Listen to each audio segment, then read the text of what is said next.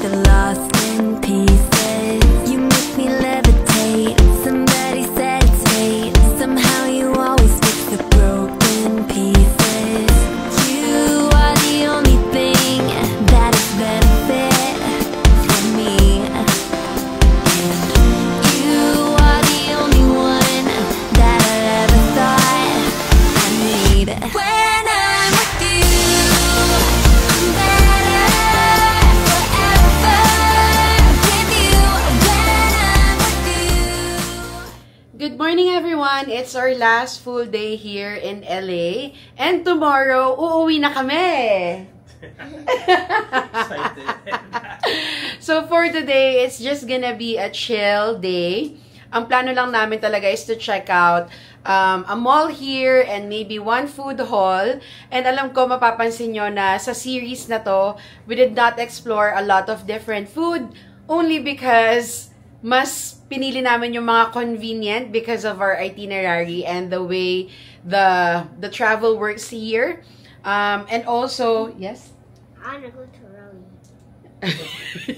She wants to go to a Raleigh shop today. Okay, may hinahanap kasi si Surreal na piano na maliit. So, we'll see. Hopefully, makita natin yung shop today. And like what as I was saying, wala tayong ganong food vlog for this trip kasi nga, well, US is known naman for quick, convenient food. I'm not saying na hindi malalim yung cuisine nila dito, pero dahil sa takbo ng trip natin, mas pinili naman yung mga convenient na pagkain lang. But anyway, there are a lot of other trips that we will do where we'll explore more of the cuisine and the food. Pero for this trip, yes, we want to showcase more of their places, national parks, and everything else that you can do here in the US. So yun lang. We'll see you later. Bye!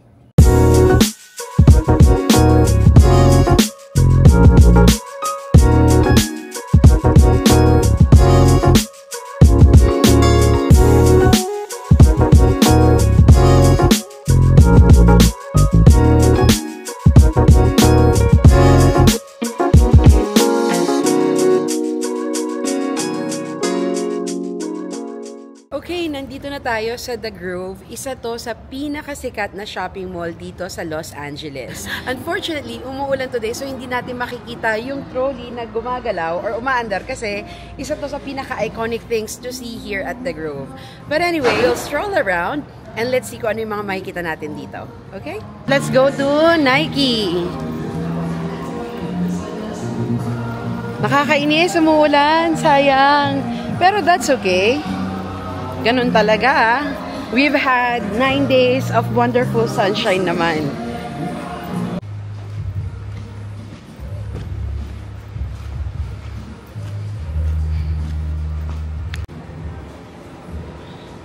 Ano, kamusta yung presyo, boss? Parang parehas lang. Parehas lang. Ang laki nito. Meron pa silang taas. This is the 3rd floor. Ah, parang for kids niya. That's so cute.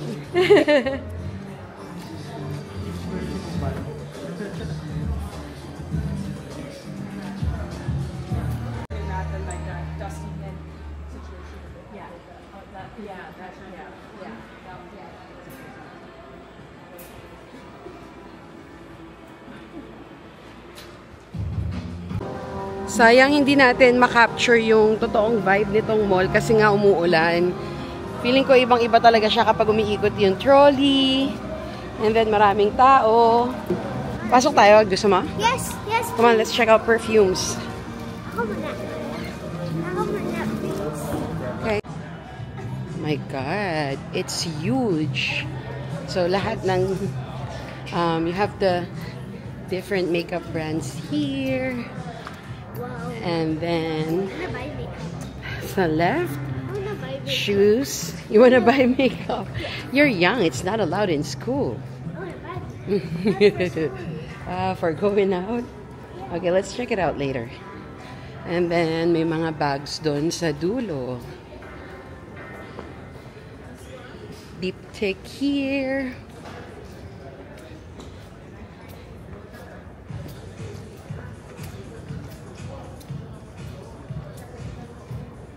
Okay. Let's check out the second floor. Yes, finally.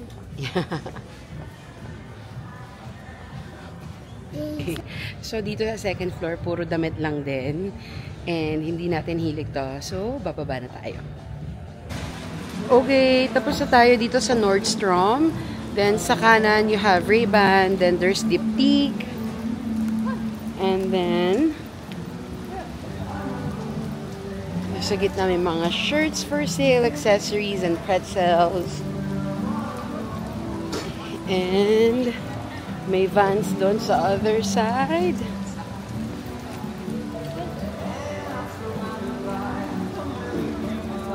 Bar Verde. What's this store? Grabe, mas lumakas yung ulan.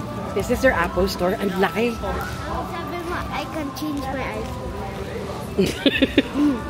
When I buy one, not now.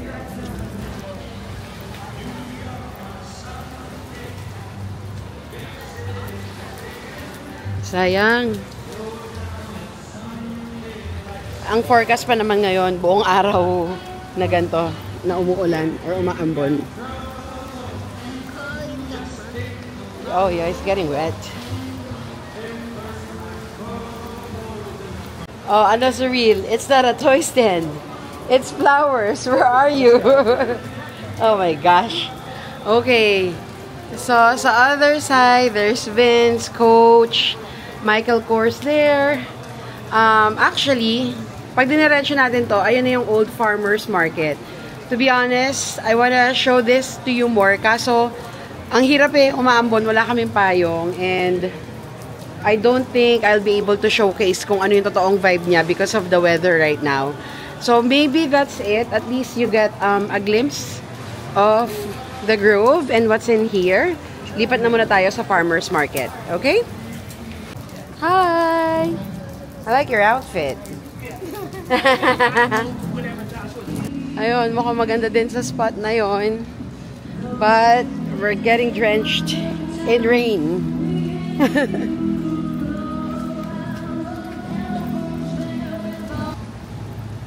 Okay, so may nakita kami rito. Yeah, Cool Kicks. At sa baba is Dylan's Candy Bar. So these two are going crazy. Okay, so let's go to the candy bar. Pull.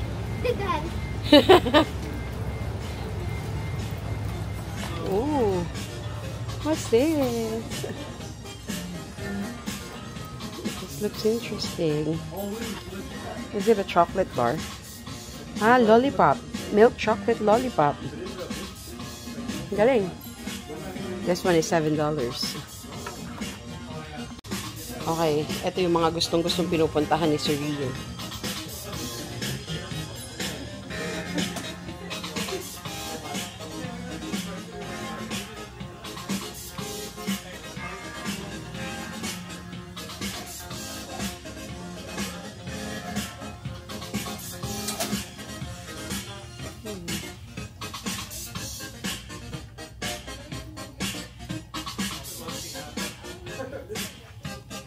Gummy bears.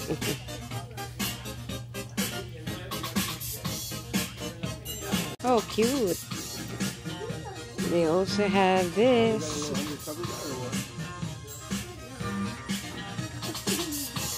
What you getting? Oh no. Oh, don't run, madulas. Kumuha pa ng ng basket. Mukhang pang malakasan to ah.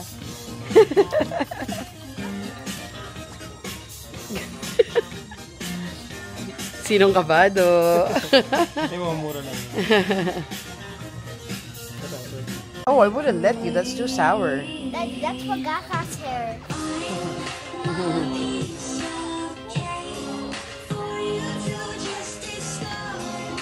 I think I'm done. Okay, let's go. Okay, nandito naman tayo sa Cool Kicks.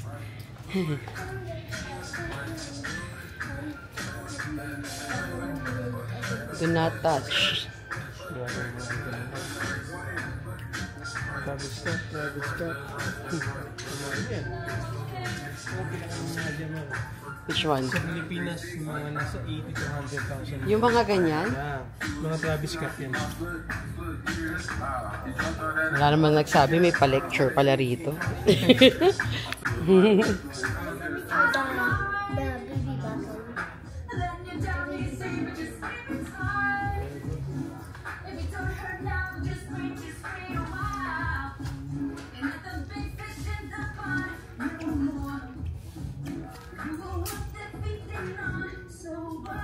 Actually, ito na yung buong store nila.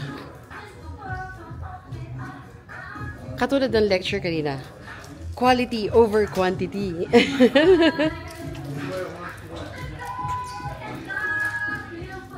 Okay, so we're now here at Farmer's Market. Isa to sa famous food halls dito sa LA.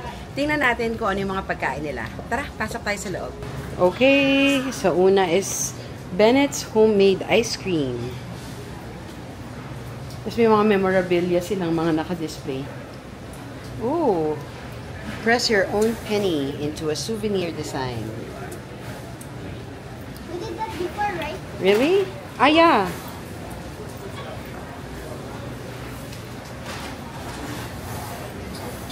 Okay. What's this? Ay, sarado! Ito pa naman yung hinahanap ko rito. Ito, masarap din daw to. Fritzy Coop. So, it's about chicken tenders, tsaka chicken sandwich.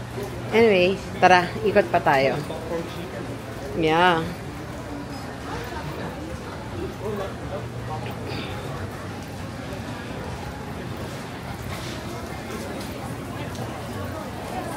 Oh, this looks good.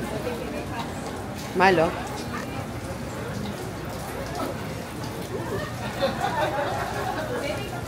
This looks nice.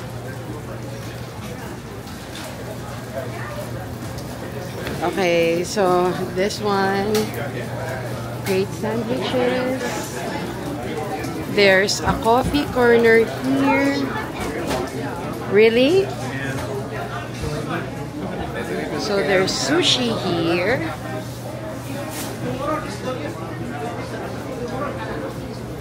Dito tayo. Lakad tayo dito. Coffee, oh.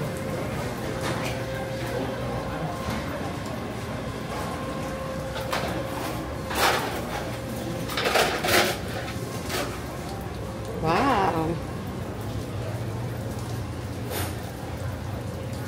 Ano to? Ah, banana bread.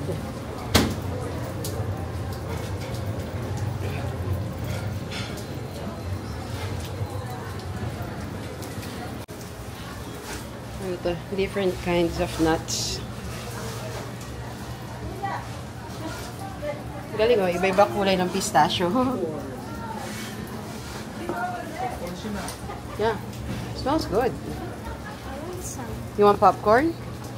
But that's sweet. Ah, yun pala. Okay. Don't touch it, okay? It's hot.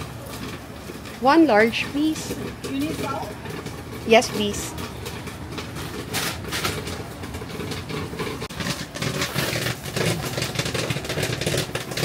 Wow, that's a big Ito yung $7 popcorn. Malaki pa sa mukha ko. Oh my God. Good, baby.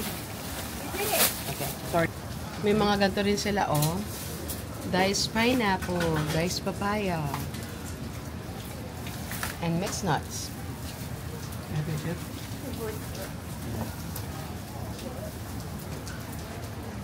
Oh, yung vegetable chips nila. $6.99. Magkano yan sa Bali? 100 pesos. Oh, ito, banana chips. $6.50 or around mga 400 pesos. Grabe. Siyempre, dahil market, they have fresh meat. Asan na yung ano? Let's just try to compare the price.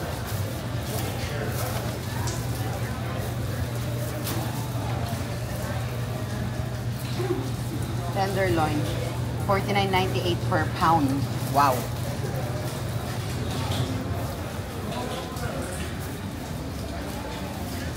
Grabe, ang spoiled natin sa Pinas. Tingnan mo yung Korean style. 18.98 per pound.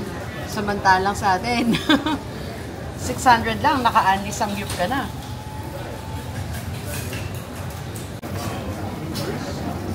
Past the corner.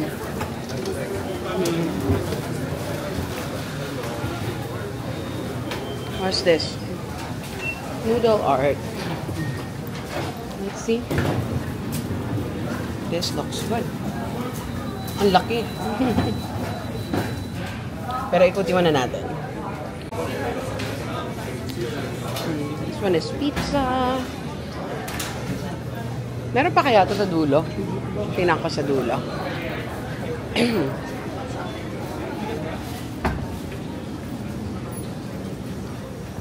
No, labas na siya. Let's go to this side. Dining and groceries. Okay.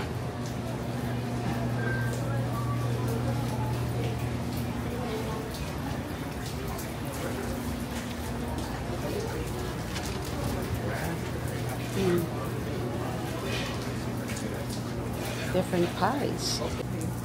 This looks good. Yeah.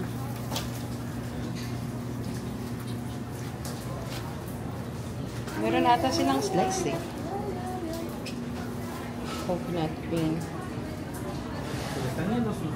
Chocolate.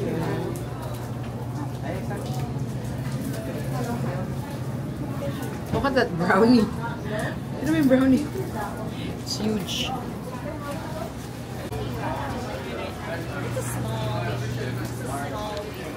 Let's see. Dahil umulan, ito lang yung magagawa natin dito. Lakad-lakad lang tayo. Different kinds of nuts again.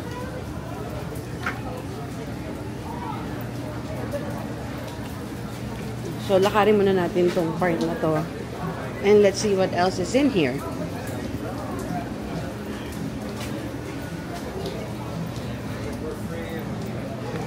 This one is a bakery.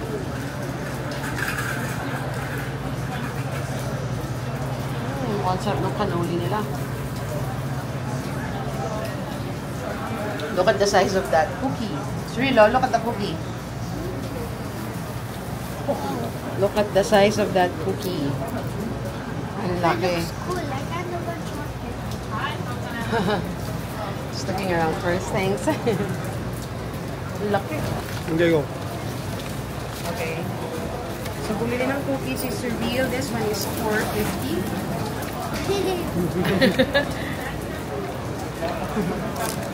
Okay, can you taste it?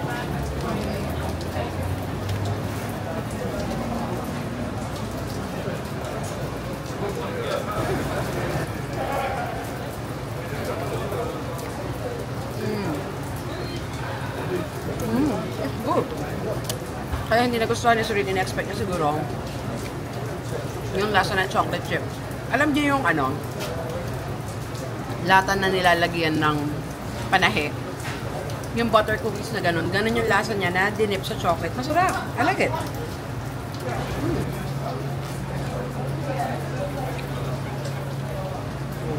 Diba?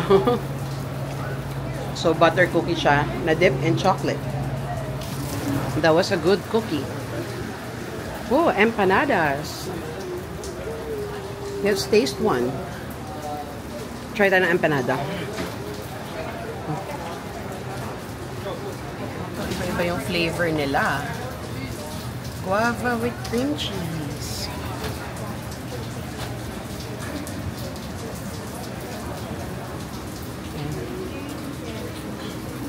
Anong gusto niyong itry natin? Oh, look at that. Filipino chicken.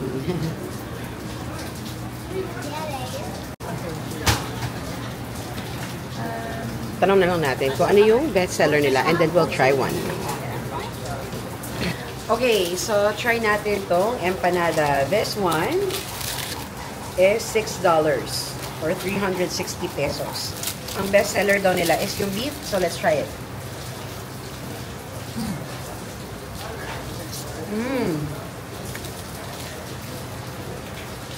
Sarap yung filling. Meron siyang ano, Mexican powder. Tapos, yung empanada itself, sakto lang yung crust. Actually, mas okay pa sa akin si Dasha sa crust. But yeah, at least we'll try it.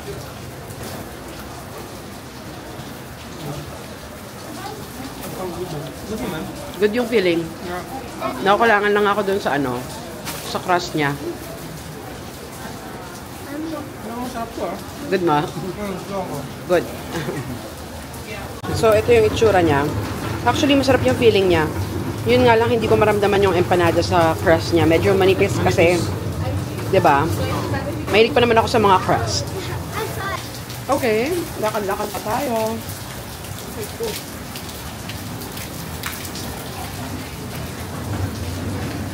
Andito na ata tayo eh. Ito yung kanina eh. Umpisa. Yan. Yan. Ito, rotisserie chicken. Ha? Sarap. Nagkasama? Wow, very good. That's nice to know that you liked it. Ito, shawarma. Gyro. Okay, so mukhang naikot na natin siya actually. Kasi, andito na tayo where we started earlier. So, sa mga nakita namin, ito yung gusto kong tikman. Their pastrami and corned beef. And hot dogs. So, let's see. Let's check it out. Ayun yung menu nila.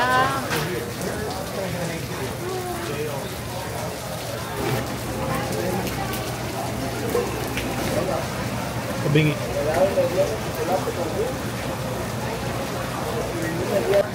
Okay, so ito na yung order natin. We got the Reuben sandwich. So ito siya. So it's the Reuben sandwich, corned beef, mustard, sauerkraut, and Swiss cheese. This one is $26.80 lahat. Let's try it. All right, let's try it.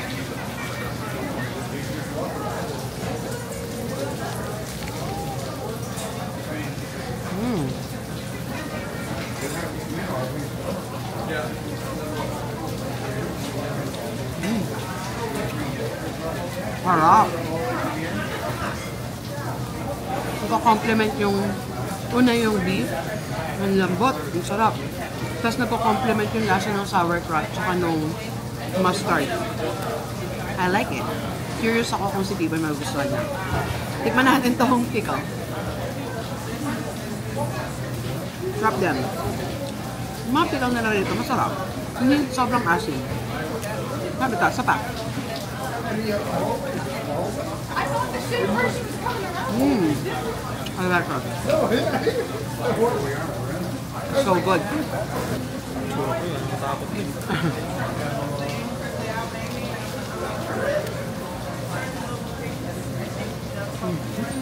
Good. It's good na. Pati yung bread, sobrang toasted niya. Ang sarap. Okay, enjoyin ko muna to. Medyo messy siya kainin eh. I'll see you later! Okay, tapos na kami kumain dito sa farmer's market. Hindi ko pa alam kung ano yung plano for the rest of the day dahil umuulan, but we'll just update you later. Okay, so we're here at Kip's Toyland. Alam niyo ba kung bakit kami nandito? Because of that that beautiful girl. Okay, she's running.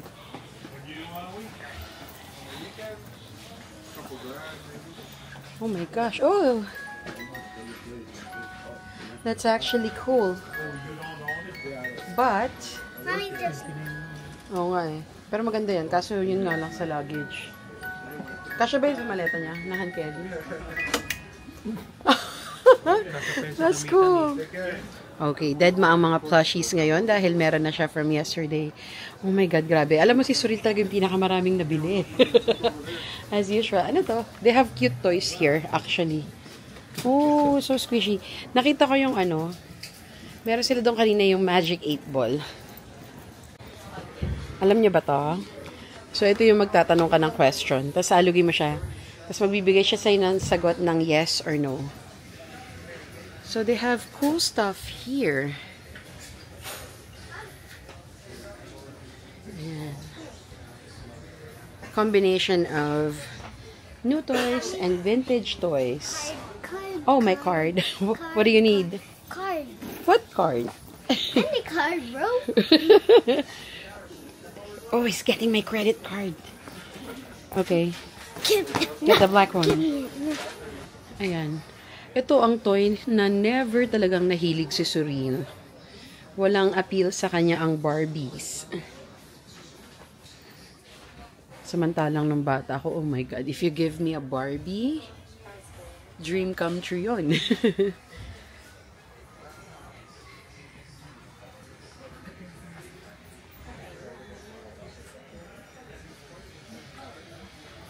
So, yun. Oh, this is cool. Tornado spin art. Ayun na. Let me see. So cute.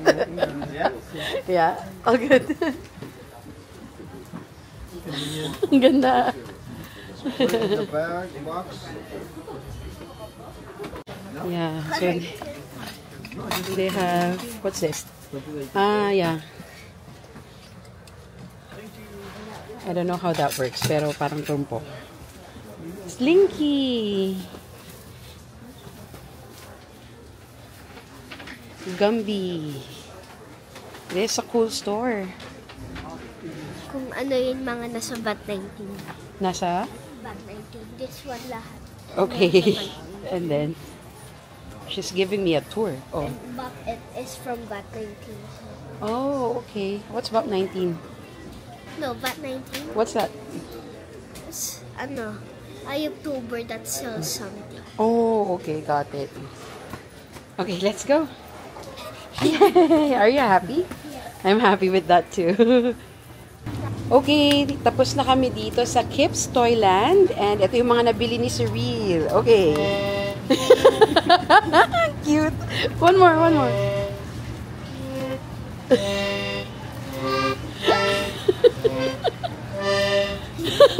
I like it so much. Okay. Okay, so ito yung isa. That's gonna be a jump scare. What the face? Okay, good job. I like it. Nice toys. Hey everyone! We're back here sa hotel. Unfortunately, the forecast for the whole day is it's going to rain or be drizzling. So, hindi rin magandang gumala-gala dahil maulan. So anyway, meron naman tayong napuntahang magaganda for today. Like for example, The Grove. At least we got to see how it looks like. Ano yung mga shops na nandun. And the original farmer's market. Nanghihinayang ako doon kasi feeling ko sobrang vibrant siguro nung lugar kapag hindi maulan. But at the same time, it was good that, oh, hi! Hi! Anything you want to say to them? Yeah. What do you want to say? Wanna hear the accordion? Okay. Do you guys want to hear the accordion? Okay, go get it. Box. Okay, the accordion na lang. Okay, go get it. Okay, one more time. Show them your accordion.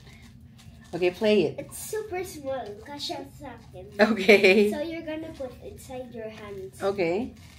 And then?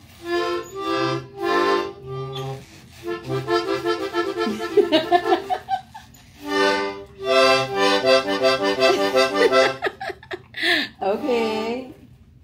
Thank you, Siri. So, as I was saying, at least nakapunta tayo sa couple of places today, which is first yung The Grove. We weren't able to showcase how the place actually looks like yung normal days kasi nga umuulan, pero we got to see the shops and visit some of them. And then the second one is the original farmer's market. Panalo talaga yung Reuben sandwich na natikman ko. The cookie was also good. Yung isang bilhin natin yung popcorn, it was normal popcorn, pero ang laki niya. So anyway, dahil wala na tayong gagawin for the rest of the day, maaga tayong umuwi. And to end this series, I think the best way is to give you some tips when traveling to the US. So unang-una, sa US visa. Ang masasabi ko lang, so unang-una sa US visa, for me, it's one of the most straightforward visa applications. At believe it or not, ito yung pinakasulit na visa. So when we applied, that was 9 years ago, we only paid around 5,500 or 5,800. And it's multiple entry for 10 years. And that is good for tourism and business purposes. So it's a B1, B2 visa. To get the visa, it's very straightforward kasi all you have to do is fill out a form, pay your appointment fee, show up at the interview, and then wala ring pakaba effect kasi right then and there, you would know if you're approved or not. So for me, it's very straightforward. Yung iba kinakabahan kasi nga may interview. But as long as your travel is legitimate tourism lang, huwag kayong kakabahan. Just answer the questions. And eto, wala silang hihingin na kahit anong documents from you. They would just really rely on your profile. So, nababasa ko din yung iba. Nagtataka sila kasi parang, for them, okay naman yung profile nila, pero for some reason, bakit sila nadi-deny? So, marami ring factors yan. Like, for example, if you have relatives in the US, gano'n ka nakatagal sa trabaho mo, at the end of the day, they are trained. They know how well is your, at the end of the day, the consuls are trained, they know your circumstances, and kumbaga yung stickiness mo sa Philippines. So, pwedeng sa point of view natin, minsan, hindi siya risky, but based on their experiences and, historic data, they would know if it's a risk or not for you to be a tourist in the US. But what I'm saying is that, huwag kayong matakot to apply for a US visa. It's very straightforward. No documents most of the time. Actually, wala pa akong nakita or narinig na hininga ng document. And it's sulit kasi it's 10 years multiple entry. Okay, now, when is the best time to visit? So, generally, spring, which is March to May, and fall from September to November, is a good time to visit. Okay din pag winter. Sa New York, for example, pag malapit na yung Christmas time, maganda yung New York City, maganda yung decorations nila, but it can get really cold. So, depende kung sang state ka pupunta and what are the activities that you're planning to do. But generally, yes, spring and fall. And then next is expenses. So food and accommodation can get really expensive. Just to put things into perspective, for example, yung isang 6-piece nuggets a la carte sa Philippines, it can be around 150 to 180. Dito, ang price niya is $750. So that's around 431 pesos. So yon, ginamit kong comparison yung McDonald's kasi it gives you a better understanding kung ano yung difference when it comes to the pricing. Pero, if you want to save on food, meron namang mga ibang option. Like, for example, if you go to supermarkets like Walmart, meron silang mga ready-to-eat meals na mas mura. Makikita nyo yan. Basta yung, especially the bigger ones, may section sila for ready-to-eat meals. Minsan may chicken. Isang buo nun is around $7. So, that's around 400 to 500 pesos. Mga ganon. So, that's another option. And also, some food trucks and diners. Yun yung mga mas mura. When it comes to accommodation, yes, it can also get expensive.